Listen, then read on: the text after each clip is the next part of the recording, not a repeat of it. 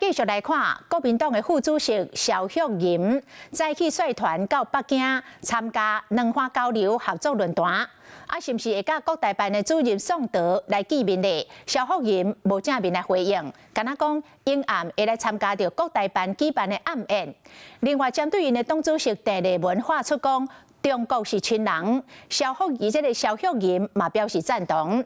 也毋过，民进党的立委辛碧荣来反驳，讲不管是政策，或者是文化，两国完全就是无同的国家。 透早出现伫通机场，国民党副主席邵玉莹甲国政基金会副董事长李鸿源带队出发，要到中国的北京参加两岸交流合作前瞻论坛。还打算会见哪些中国政府官员？去北京访问嘛，所以我们客随主便，我们尊重主人的安排。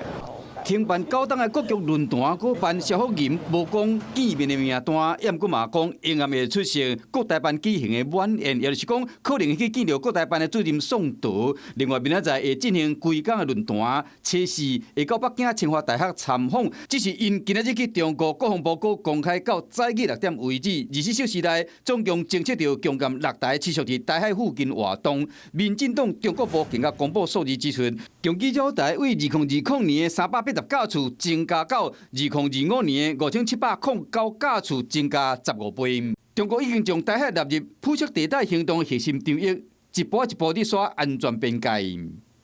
中国国民党要当两岸和平的缔造者，我们跟对岸本来就不应该有这样的一个切割的一个概念，所以我们当然是亲人啊，我们只是。